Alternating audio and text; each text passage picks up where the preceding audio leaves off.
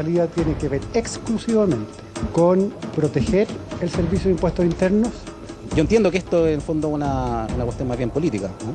Pero obviamente no puedo estar contento, estoy tranquilo. Siga lo que dijo la Rita. Lo dije nomás. Ya está, ¿qué más voy a decir? Gracias. Creo que enredan las cosas en vez de aclararlas. A pedir a la Fiscalía que amplíe la investigación para ver una potencial obstrucción de la justicia. Aseguraremos que el 60% más vulnerable accedan a la gratuidad completa y efectiva.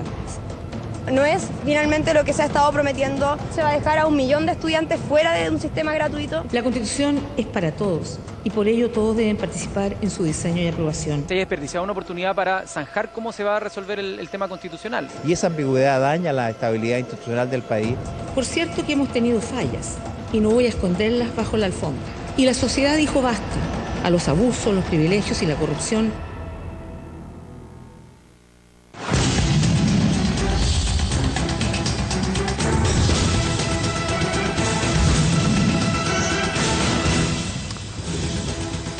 Bienvenidos a Ciudadanos, al debate que abre la semana en CNN Chile. Una semana que es, claro, posterior al fin de semana largo, que incluyó el discurso de la presidenta Bachelet el 21 de mayo, pero habrá que decir que muchos de los temas de conversación tienen muy poco que ver con lo que dijo o con los énfasis que puso la presidenta en ese discurso, porque los temas relacionados con política y dinero siguen marcando la agenda con múltiples acontecimientos. La salida de Michel Jorrat de Impuestos Internos y sus denuncias sobre presiones desde La Moneda. Las acusaciones ahora contra el senador Orpiz por la tramitación de la ley de pesca. La acusación de la UDI de una persecución política contra Jovino Noboa y la espera de la declaración de Giorgio Martelli ante la Fiscalía son solo algunos de los hechos que marcan estas últimas horas. Vamos a partir con la elección, como siempre, de la frase más destacada de la semana, y es el primer candidato, una frase de la presidenta Michelle Bachelet, cuando habló de la Constitución en este 21 de mayo y dijo que tenía que ocurrir en el contexto de un acuerdo político amplio. Escuchamos a la presidenta.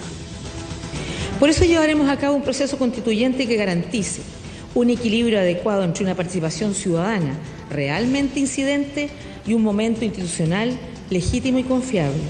Y ello tiene que ocurrir en un contexto de un acuerdo político amplio, transparente, de cara al país que sostenga este proceso. Ha habido muchísima interpretación de esas palabras de la presidenta en los últimos días. Lo que no admite demasiadas lecturas es el comunicado aprobado unánimemente por la Comisión Política de la UDI y donde acusan persecución política contra Jovino Noboa, quien será formalizado el 22 de junio. Escuchamos al secretario general de la UDI. Denunciamos que el señor Jovino Noboa, dirigente de nuestro partido y expresidente del Senado, es hoy víctima de una persecución política. Ha recibido un trato discriminatorio y se han tergiversado los hechos a su respecto. Mientras ello ocurre, se deja de investigar el financiamiento irregular para la nueva mayoría por centenares de millones de pesos. Y la tercera candidatura a frase de la semana es del nuevo vocero de gobierno, Marcelo Díaz, quien responde a las acusaciones del exdirector de Impuestos Internos, Michel Jorrat, sobre presiones desde La Moneda. Quiero decirle con mucha franqueza y claridad, se trata de algo serio y el gobierno le da esa entidad.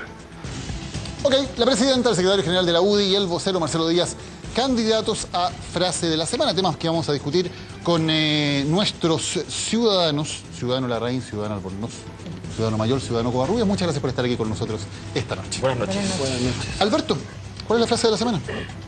Me parece que lo que ha despertado más interés de los exégetas ha sido lo de Michelle Bachelet, que supuestamente ahora se instala la tesis de que lo dijo todo realmente en esas pocas palabras, al igual que nuestro Señor Jesucristo es capaz de plasmarlo todo en esas pocas frases, que si bien miradas desde una perspectiva filosófica y de distintos puntos de vista, se puede desentrañar todo el misterio que contienen.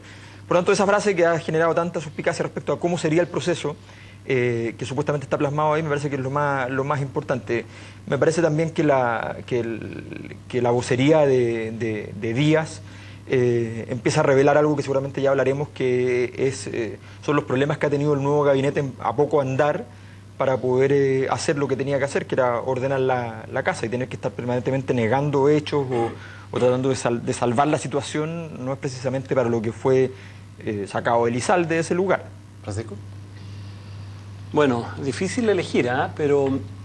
A ver, yo voy a descartar la frase de la presidenta porque la presidenta no aclaró nada. O sea, nos quedamos un poco en lo mismo. Yo tenía grandes expectativas de que este 21 de mayo íbamos a salir del Congreso sabiendo a qué se refería con el proceso constituyente, y la ambigüedad continuó. Por lo tanto, creo que no la puedo elegir.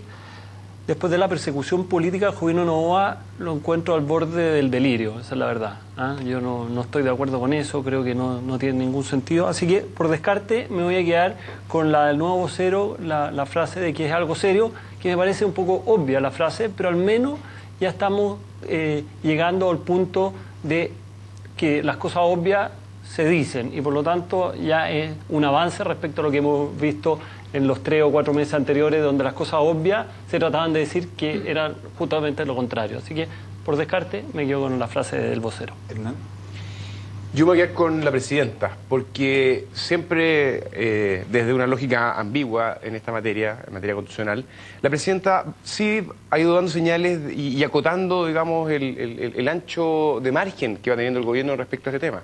El instalar que se requiere un acuerdo político amplio y previamente es de alguna manera una lápida a la Asamblea Constituyente y va encauzando institucionalmente la discusión respecto a la nueva Constitución. Y yo creo que es probablemente de las pocas cosas relevantes que tuvo el discurso del 21 de mayo, que de hecho está marcado más bien por la irrelevancia. ¿Laura? Yo no pretendería, ni aún siendo Michelle Bachelet, que se homologarla a Jesucristo, Alberto. Gracias a Dios. porque uno puede mantener las dimensiones y el impacto que uno tiene respecto a otro. Pero no obstante eso, yo diría que entregó muchas certezas la presidenta, muy al contrario de lo que señala Hernán respecto de cómo tenía que ser este proceso. Ella no estableció cronología, porque tú dices va a ser después o antes, eso es lo que quisieran algunos. Ella no dijo cuándo ni cómo, dijo que iba a haber un proceso de diálogo amplio, que iba a ser convocante, participativo, y en este sentido yo confío en ella, en que va a entregar prontamente las señales de cómo se va a llevar adelante. Pero no me sorprende, porque eso ya lo había transmitido en el mensaje, lo transmitió cuando además ha adoptado una serie de medidas positivas en orden a fortalecer la actividad política, etcétera. Yo más bien me quedo por esta ofensiva de la Unión Demócrata Independiente, que porque uno podría prever la reacción de la derecha después del discurso del 21 de mayo. Uno sabía que no le iba a gustar nada, que iban a decir que no había dicho ninguna cosa, que no era suficiente la eliminación del 5% de los jubilados, la gratuidad de la educación, o que no les gustaba el paso honorario a contrata de los trabajadores. En fin, uno iba a esperar la ofensiva de la derecha después del 21 de mayo, pero lo que yo no me esperaba, francamente, era que saliera el secretario general de la Unión Demócrata Independiente diciendo que Jovino Novoa era una víctima que está siendo justamente investigada por nada más ni nada menos que delitos de la gravedad como los de fraude o de cohecho. No solamente él, sino que también otros militantes de sus filas como Jaime Orpi y como Aguiluz, me parece que es el... ayúdame. ¿Perdón? Es de RN. Es de Renovación Nacional. Entonces, la verdad que tratarlo de víctima o intentar alivianar significa darle muy poco importancia a la política y de hablarle con franqueza a los ciudadanos. Yo creo que lo que la gente justamente espera en los partidos políticos es que sean capaces de hacer un mea culpa y decir, ¿sabes qué? Nosotros tenemos dentro de nuestras filas, como todos nosotros deberíamos poder hacer, personas que francamente han actuado al margen de la ley, o porque no había regulación o porque simplemente se la saltaron con desparpajo, por decirlo así. Entonces me parece que su frase, la verdad que está para el bronce. Ok, votación dividida entonces, son ustedes los que tienen la última palabra sobre cuál es efectivamente la frase de la semana. Partamos por el 21 de mayo y por esto de la Constitución o de las formas. Dice Hernán, se acota un poco el ancho, digamos, empiezan a cerrar las perspectivas y no va a haber Asamblea Constituyente. ¿Te queda claro también, Francisco, que no va a haber Asamblea Constituyente o bueno, qué es lo que entiende o qué es lo que interpretas?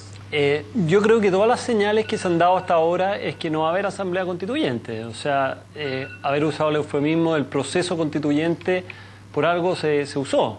Si se hubiera habido Asamblea Constituyente, se hubiera dicho del momento inicial. Yo creo que están todas las señales para decir que no, pero tampoco me queda claro. Yo creo que lo que la presidenta está haciendo es tratando de ganar tiempo, pero no sé para qué y no sé hasta cuándo, la verdad. Ahora, dicho eso, creo que el principal problema del discurso del 21 de mayo es que, y siguiendo un poco el mes del mar, fue hundido por la entrevista al día siguiente de Jorrat, que en el fondo se llevó el discurso del 21 de mayo. Bueno, ya hablaremos de eso, pero entonces todo el tema constituyente, todo eso quedó un poquito en el olvido con esto. ¿Te parece, Laura, que la Asamblea Constituyente está descartada? Está muy despierto hoy día. Que fue hundido la Asamblea Constituyente. No, yo pienso que en absoluto. A mí lo que queda más que nada en cuestión está muy bien. Fue como un saltar al vacío, como al abordaje. Exacto. Pero no, yo no tengo esa impresión. Yo más bien creo que lo que está en cuestión aquí no es lo de la Asamblea Constituyente, porque la Asamblea Constituyente, para claridad de quienes nos están escuchando, el constituyente puede ser desde una comisión bicameral hasta justamente una asamblea mucho más amplia. La asamblea se puede constituir incluso por los propios próximos concejales que se elijan, se puede constituir por el próximo parlamento que se elija. La asamblea puede estar, lo que pasa es que puede ser más o menos participativa, más o menos ciudadana. Yo creo que lo que está en cuestión tiene que ver con que si se plebiscita la opción de hacer asamblea antes de que comience el trabajo, o si definitivamente va a trabajar una comisión constituyente y luego esta se va a someter a plebiscito con posterioridad.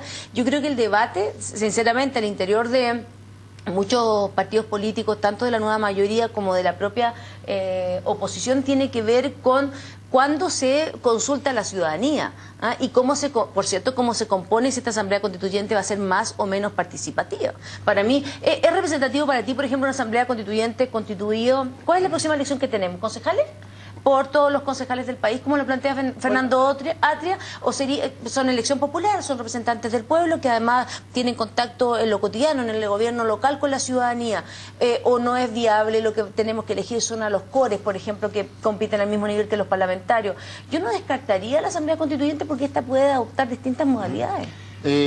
Alberto. Sí, yo creo que está bastante claro que no hay Asamblea Constituyente. Está bastante claro que... A ver, siempre estuvo claro a mi juicio. De hecho, el encargado constitucional de Michelle Bachelet, Francisco Zúñiga, ha dicho repetidas veces que no hay asamblea constituyente. O sea, eso ha sido bastante claro. Pero Fernando Atria no es el encargado constitucional de Michelle Bachelet. El encargado constitucional de Michelle Bachelet es don Francisco Zúñiga. Y él ha dicho con toda claridad que efectivamente no hay asamblea constituyente. ¿Y por qué ha jugado con tanta ambigüedad algo? Porque básicamente hay mucha gente, resulta que tiene que administrar dos almas que están en permanente tensión, ¿ya? Y no obstante siempre ha optado por el alma más conservadora. Nos regala a todos los que creemos en algo, hay alguna clase de dulce para caramelizar esta situación. Y después los derrotados dentro de la nueva mayoría van y se inventan una historia para ser felices, ¿ya? Y estas historias para ser felices son que vendrá un Congreso nuevo que va a tener binominal y por tanto eso sí representa, o que vendrán otras alternativas de elecciones intermedias, en circunstancias que una asamblea constituyente es convocar a una asamblea para hacer un proceso constitucional exclusivamente. Eso es lo que es una asamblea constituyente. Lo otro son efectivamente recursos para construir la Constitución a partir de otros procedimientos. Para mí ha sido siempre claro que van a haber esta cosa de los cabildos, que son participativos pero no vinculantes, y me parece bastante claro, tan claro que de hecho Carolina Toá está haciendo cabildos ya en Santiago Centro, que ya Ricardo Lagos por internet está haciendo un sistema como de cabildos digitales. Pero se están adelantando, ¿no? Y yo no creo que estén coordinados. No, pero saben perfectamente a dónde va, no se coordinan con el gobierno, pero saben perfectamente a dónde va, entonces quieren llegar con ya la red configurada, que es una cosa muy importante cuando uno quiere participación. En todo caso, habrá que decirle al gobierno una cosa histórica simplemente. Cuando uno le da participación a la ciudadanía, después no le puede decir, oye, pero usted participó y ahora nos toca a nosotros decir de qué se trata. Eso pasó en la Revolución Francesa, que hubo mucha participación y terminó una revolución cuando le dijeron, ya, pero no se me pase para la punta. Y las mujeres no las queremos también. Y pasó, habían varios de los reformistas de la Revolución Francesa, habrá que informar, Condorcet, por ejemplo, que estaban a favor de la igualdad de género mucho antes de que existiera el movimiento feminista, habrá que decir. Y le cortó la cabeza efectivamente perdieron en el frenesí posterior, que además recordemos que llegó el imperio después, en fin, con Napoleón. Y luego, pasó lo mismo con los soviets de la Unión Soviética. La Unión Soviética, los socialistas no inventaron los soviets, contrario a lo que se cree, eso existían muchos años antes, y eran mecanismos de participación local que se rebelaron y que finalmente tuvieron que hacer. Y de hecho los bolcheviques lo que hicieron fue hacer el soviet supremo, para controlar tantos soviets juntos que andaba dando vueltas. Ya, pero rebelión de los cabildos, Alberto. ¿Rebelión de los cabildos no será mucho? Una situación desde el sentido común, si me permite, y va al hueso. Creo que nada más que un simple análisis. Y es que la presidenta Bachelet es súper precisa al establecer que con un acuerdo político amplio previamente, y esa está en la frase textual de lo que dice, echa por la borda a la Asamblea Constituyente y de alguna manera mantiene, y en eso estoy de acuerdo con Alberto, un espacio para que, al menos en el discurso y en la retórica, un mundo de la nueva mayoría que creyó ver en Michelle Bachelet una Asamblea Constituyente, que creyó ver una refundación de la República, que creyó ver el cambio hacia otro modelo, siga de alguna manera respirando dentro de esa fantasía. La realidad es que, y el discurso del 21 de mayo es la mejor demostración, la Asamblea Constituyente no va a ser parte de un proyecto de este gobierno. El actual ministro no es precisamente un revolucionario, es un DC, es un moderado, es alguien que más bien representa a la concertación y no a una nueva mayoría. El nuevo ministro de Hacienda representa todo más bien lo que le interesa al sector privado, que es construir confianzas para que de verdad hayan brotes verdes en esta vuelta.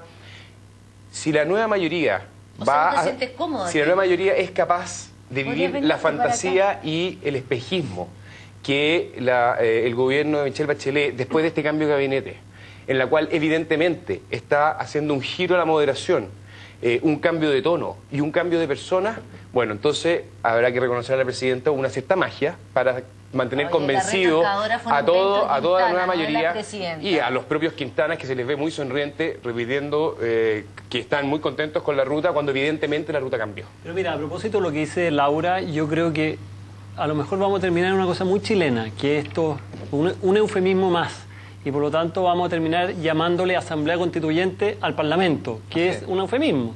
Entonces, si hablamos del Parlamento, no hablamos de una Asamblea Constituyente. No sería raro que termináramos en eso. Ahora, yo respecto a esto de los cabildos y todas estas participaciones, creo que la participación es súper valiosa y necesaria. Sin embargo, ¿cómo se conforman esos cabildos? ¿Quiénes participan en esos cabildos? Que es la misma preocupación respecto a quiénes participarían en una asamblea constituyente. Tú recordaste a los soviets. Bueno, justamente ese era el problema, digamos. Entonces, ¿cuál es el problema? No, porque en el fondo, ¿cuál es la representatividad que tiene cada uno de los grupos locales, obreros, campesinos? Pero ¿cómo representa cada uno de esos cabildos la realidad de cada una de las comunidades? ¿Tú crees que el Congreso representa mejor que los cabildos la realidad del país?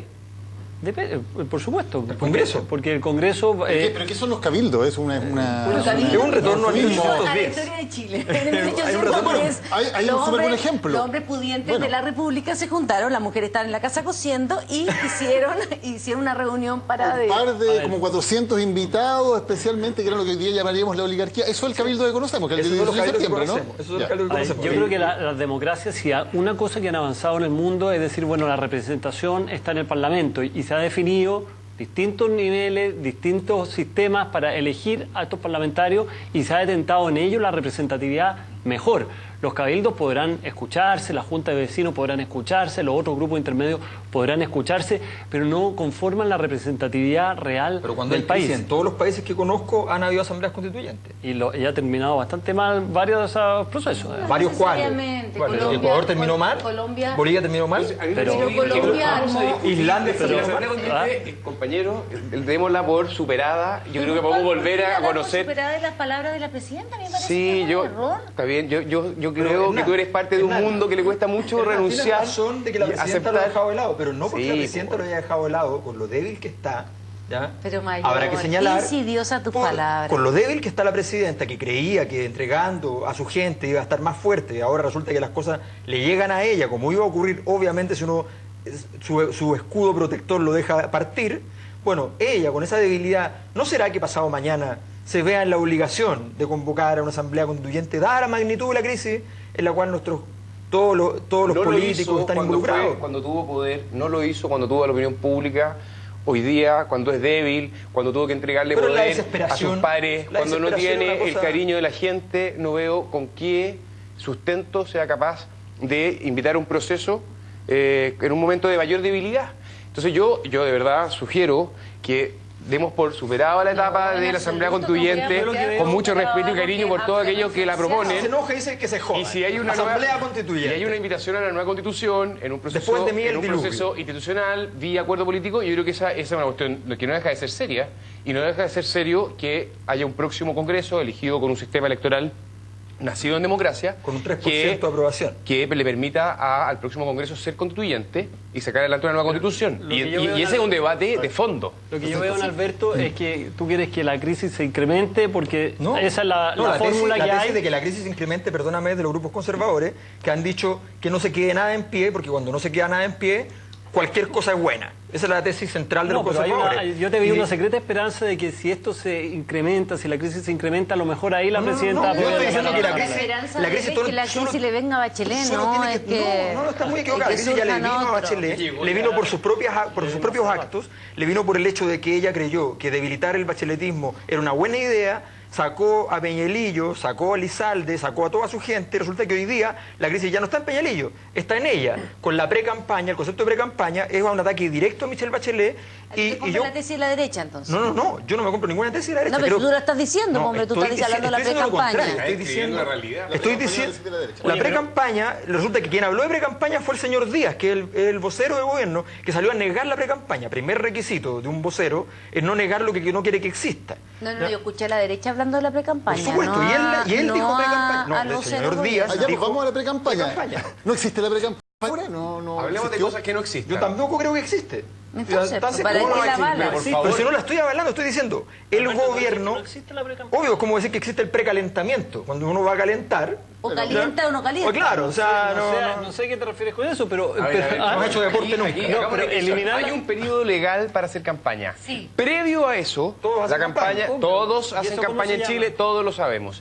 En el caso de Michelle Bachelet había una estructura, había un señor que se llama Giorgio Martelli... que todos lo hacían, todos hicieron pre-campaña. Está bien, pero estamos hablando, estamos hablando de una investigación. El señor Martelli va a declarar esta semana en tribunales.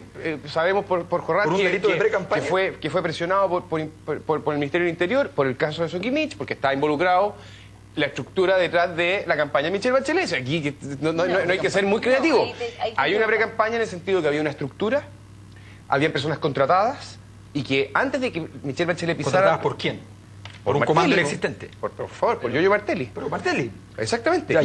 Sí, pero coincide que las 26 personas contratadas por esa estructura, luego 21 estaban en Tehualda, en la campaña de Michelle Bachelet. Entonces, de nuevo, no hay que ponerse muy creativo. Es la misma estructura. El de Alicia en el País de las Maravillas. Tú configuras una realidad en base a lo que tú quieres. Pero acabo de decir hechos. Lo que pasa es que me parece insólito que aquí hablemos de cuestiones que desde mi punto de vista no existen, porque yo entiendo que había campaña desde el 28 de marzo de 2013, cuando ella volvió a Chile y dijo, sí, pero Laura, yo voy a hacer candidata, pero solamente termina la idea. Esas 21 personas. No estamos hablando de la formalización de personas de la UDI, porque esta teoría del empate gracia, o sea, tenemos desde el presidente Piñera cuestionado, desde el presidente Piñera... Está bien, pero lo que pasa es que me hacen... Tenemos otro bloque, Laura, tenemos otro bloque. Hablemos de Martelli. Hay 21 personas que trabajaban en la campaña de Michelle Bachelet o terminaron trabajando en la campaña de Michelle Bachelet. Esas 21 personas coincidentemente son las mismas que todas ellas hacen informes muy interesantes para el señor Martelli, que el señor Martelli les paga. Tenemos que entender que es una coincidencia mágica de que esas 21 personas precisamente son las que terminaron la campaña. No tienen por qué entender nada. Yo entiendo que hay campaña desde que tenemos candidata. Y lo anterior a eso será un proyecto de la nueva mayoría o concertación o lo que fuera en aquel entonces, perdón, para terminar la idea, porque si no hay candidato, la verdad es que es poco probable que exista campaña. Yo lo que sí recuerdo es que los partidos políticos, lo digo porque era vicepresidenta de la Democracia Cristiana, estábamos preocupados de cómo configurábamos nuevo ideal, nuevas razones de cero, cómo nos recontrapegoteábamos entre nosotros para armar una coalición y enfrentar al gobierno y ser una oposición viable. Por tanto, yo no estuve ni hubiese pensado que alguien estuvo en una pre-campaña de nada, porque no había ni candidata, posiblemente antes de marzo de 2013 nadie estaba trabajando por el camino. Ansiábamos con tener un candidato que nos uniera a todos, y posiblemente más de alguna cabeza voló la idea de que ese candidato fuera Michelle Bachelet. Pero yo solamente quiero decir, para terminar, solamente quiero decir que desde mi punto de vista, en el bosque, ella el día 28 de marzo, un día después de mi cumpleaños, dijo que iba a ser candidata de la nueva mayoría. Antes no, porque yo entiendo que ella estaba cumpliendo el rol de encargada de Naciones Unidas a una mujer. Entonces la verdad que lo demás es ficticio, lo demás si tú quieres inventar una novela, invéntalo, pero la verdad que a mí me parece que vincular una cosa con la otra no No es un tema que hoy día está. En 2 más 2. No, yo te estoy diciendo lo que yo creo. Hasta que nadie me pruebe lo contrario, yo no tengo por qué pensar lo que tú quieres que piense, hombre. Negar la precampaña es como negar que la Tierra es redonda, como negar que la Luna existe, no sé, es negar lo obvio. Entonces, ¿por qué es un problema? Bueno, eso es otra cosa. Pero ¿cómo se financia esa precampaña? Pero vamos por parte. Primero, digamos, ¿existe la precampaña? Obviamente existe. Fíjate que es curioso porque la nueva mayoría dice, no existió precampaña hasta que llegó Bachelet. Pero resulta que lo que hizo Bachelet, a partir que ella dijo que era candidata, es hacer precampaña, porque en ese momento no hay periodo de campaña. Por lo tanto, hubo una pre-precampaña antes que llegara Bachelet, una pre-campaña cuando llegó Bachelet y una campaña cuando el periodo legal de campaña. Entonces, negar la pre-campaña es la cosa más absurda que puede existir. Yo no conozco ningún político en la historia de la humanidad que no esté en campaña. Entonces, empezar a inventar la filosofía medieval de nuevo respecto a la pre-campaña, de la pre-campaña, las pruebas de la existencia de Dios, a mí me parece, por favor, o sea, pero obvio, están todo el día pensando en cómo van a llegar. Pero el punto es cómo se financia eso. Yo creo que nadie pone en duda que había un grupo de gente que estaba trabajando para preparar el desembarco de Michelle Bachelet. No, aquí el punto es otro. ¿Cómo se financia eso? El asunto aquí es simple. Aquí sabemos de Martelli cómo se financiaba un grupo. Lo que no sabemos, y resulta igual de inexplicable, es que resulta que hay partidos que funcionan con sedes y qué sé yo, y que todos esos partidos no tienen financiamiento legal a partir del Estado, y por tanto sabemos que tienen financiamiento privado que tampoco está declarado. O hay partidos que tienen empresas donde tienen un sector lucrativo para poder recaudar plata para hacerlo. Y así sucesivamente tenemos un conjunto de irregularidades, donde Martelli es una de ellas. Yo fui vicepresidenta de un partido, pregúntame si yo recibía remuneración como vicepresidenta. Pero tienen edificios, tienen secretarias, tú dices, tienen teléfonos, cuentas de teléfono. No, todo con nuestro patrimonio. O sea, no tiene cuenta de teléfono. Una línea. Una línea. Hay una cuenta, por lo menos.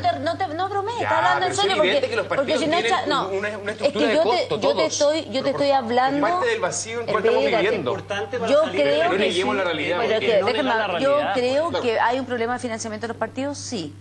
Yo también creo, para que la gente entienda, porque si no parece que esto solamente aquí trabajan en política los mercenarios o las personas que trabajan por dinero, no todo el trabajo político es a costa de. La gente trabaja política en forma de honor, y yo lo hice, es que pareciera ser de tus palabras que todos los partidos políticos que tienen una ambición de poder. No, pues eso no cabe duda, sí, obvio. Eso está descartado. Lo que tú estás planteando es que todos los partidos sacan, dijiste, financiamiento privado.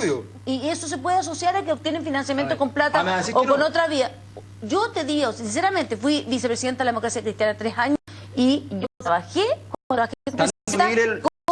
los dineros de la Democracia Cristiana, particulares, con recursos personales, míos.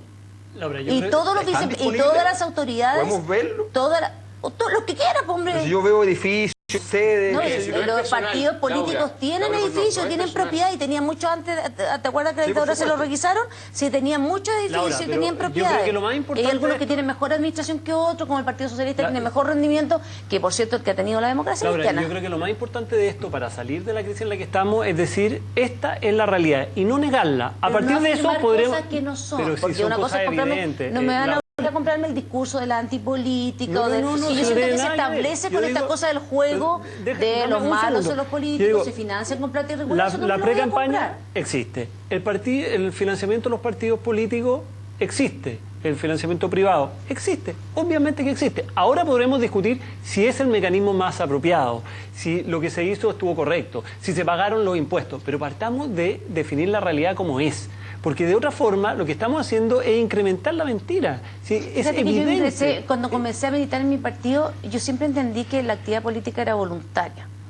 Y pues esto ustedes lo pueden tildar de cambio, a lo mejor no le ha tocado a usted trabajar de esa forma. A mí sí me tocó mucho tiempo, y hay mucha gente que milita, son militantes de base en mi partido, en otro partido, que trabajan voluntariamente y lo hacen porque creen en la actividad política. Entonces tienen empleados, te pido, tienen secretarias, tienen juniors. ¿Quién paga eso? 12. Bueno, ¿quién paga eso? No, pero te estoy hablando del resto. Somos en el padrón de la democracia son 120.000. Entonces, solamente para poder establecer la justa medida de esto que permanentemente hacemos en Ciudadanos, que también tiene que ver con respetar también la actividad de la base militante de los partidos, que de esto, cuando tú le hablas de esto, no entienden nada, que se hayan emitido boletos, no entienden que se haya pasado al hijo, al otro, no entienden. Que se niegan cosas que son evidentes, Laura. O sea, es evidente que si hay 21 personas trabajando, las 21 recibiendo dinero de un recaudador de campañas, es que hay un equipo armado que está financiado de cierta manera. Eso es evidente, ¿En los partidos políticos? No, estoy hablando del equipo previo a la campaña de Michelle Bachelet. Sí, y avancemos rápido. Esto no es personal, Laura. Es evidente que los partidos y la política en general están viviendo una crisis respecto a su financiamiento. Y lo que estamos conociendo con el caso de Martelli, lo que estamos conociendo en general respecto de las campañas y de los partidos, es un tremendo vacío. Y el Consejo Asesor, la Comisión Engel, puso por delante una cierta realidad y una cantidad de propuestas que es la que hagámonos cargo. Que creo que de hecho eso es uno de los déficits. Tenemos que hacernos cargo de ir a la pausa. Un segundo y volvemos de inmediato en Ciudadanos.